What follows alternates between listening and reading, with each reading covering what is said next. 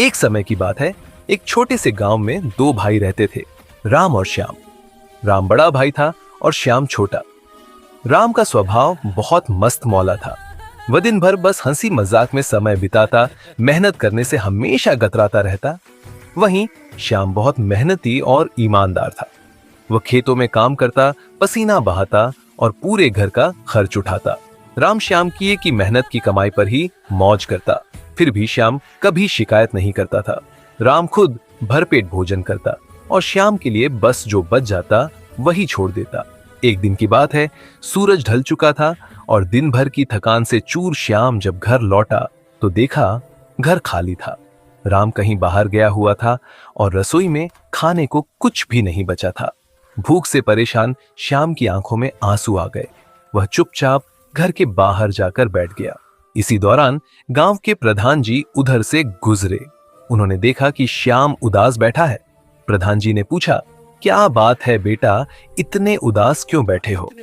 पहले तो श्याम ने कुछ नहीं बताया, लेकिन जब प्रधान जी ने प्यार से पूछा तो उसने अपनी पूरी आपबीती सुना दी।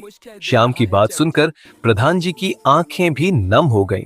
उन्होंने श्याम को अपने घर ले जाकर भरपेट भोजन करवाया और बोले, श्याम, तुम मेहनत करते हो और तुम्हारा बड़ा भाई बस मौज करता है। अब समय आ गया है कि उसे सबक सिखाओ। उससे कहो या तो काम करे या फिर बंटवारा करे।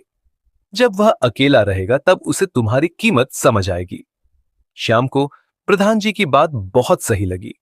वह घर लौटा और राम से बोला, भैया, अब हमें बंटवारा कर लेना चाहिए। राम जानता था कि बंटवारे से उसका नुकसान होगा, इसलिए पहले तो वह मानने को तैयार नहीं हुआ। लेकिन जब श्याम ने जिद की तो राम बोला, ठीक है, अगर तुम्हें बंटवारा ही चाहिए तो कर लेते हैं। पिताजी हमारे लिए सिर्फ 3 चीजें छोड़ गए थे, एक कंबल, एक भैंस और एक जामुन का पेड़। इन्हीं का बंटवारा होगा।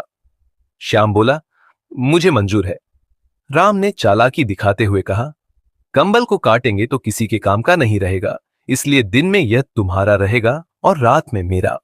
भैंस को भी आधी नहीं बांट सकते, तो उसका आगे का हिस्सा तुम्हारा और पीछे का मेरा।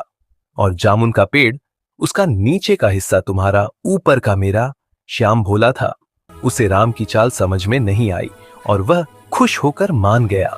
अगले दिन तेज धूप थी, इसलिए दिन में श्याम को कंबल की जरूरत ही नहीं पड़ी। लेकिन जैसे ही शाम ढली उसने कंबल ओढ़ लिया। थोड़ी ही देर में राम आ पहुंचा और बोला, रात का समय मेरा है, कंबल दो। श्याम ठंड से कांपता रह गया और राम आराम से कंबल ओढ़कर सो गया। सुबह श्याम भैंस को चारा डालने और दूध दूहने बैठा। तभी राम आया और बोला, दूध निकालने का हक मेरा है, क्योंकि भैंस का पीछे का हिस्सा मेरा है। राम ने बाल्टी छीन ली और खुद दूध दूहने लगा। बेचारा श्याम कुछ नहीं बोला, बस जामुन के पेड़ के नीचे जाकर बैठ गया। वहां पेड़ पर मीठे जामुन लटके थे। श्याम ने कुछ जामुन तोड़कर खाने ही शुरू की थे कि राम फिर आ पहुंचा। राम चिल्लाया, अरे तू मेरे जामुन खा रहा है? पेड़ का ऊपर का हिस्सा मेरा है, नीचे का तना और जड़ तेरे हिस्से में है। अब श्याम को समझ में आ गया, राम ने हर चीज में चालाकी की थी। वह सीधे प्रधान जी के पास पहुंचा और सब बताया। प्रधान जी मुस्कुराए और बोले, चिंता मत करो श्याम, अब उसे सबक मिलेगा। बस वैसा ही करना जैसा मैं कहता हूं। श्याम ने वैसा ही किया। अगले दिन श्याम ने दिन के समय कंबल को पानी में भिगो दिया। रात को जब राम कंबल लेने आया तो वह भिगा हुआ था। राम गुस्से में बोला, ये क्या किया तूने? अब मैं क्या ओढ़ूंगा?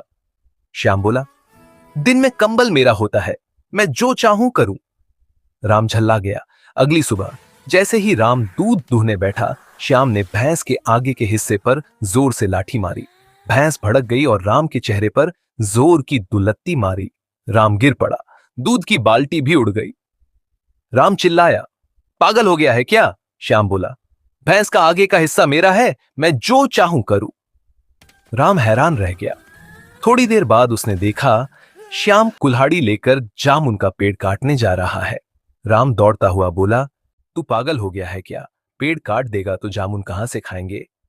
श्याम बोला, मेरा हिस्सा तो नीचे का है, मैं अपने हिस्से के साथ जो चाहूं करूं। अब राम के होश ठिकाने आ गए।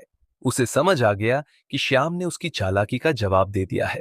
राम श्याम के आगे हाथ जोड़कर खड़ा हो गया और बोला, भाई मुझे माफ कर दे, मैं अब कभी तेरे साथ धोखा नहीं करूंगा। चल, अब से हम दोनों साथ साथ मेहनत करेंगे और खुश रहेंगे। श्याम मुस्कुराया और दोनों भाई गले लग गए।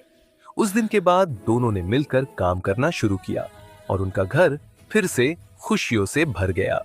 कहानी से सीख, जीवन में असली सफलता चालाकी या धोखे से नहीं, बल्कि सच्चाई, ईमानदारी और मेहनत से मिलती है। क्योंकि छल से पाया हुआ सुख थोड़ी देर का होता है, पर मेहनत और सच्चे दिल से कमाया हुआ फल हमेशा आनंद और सम्मान देता है।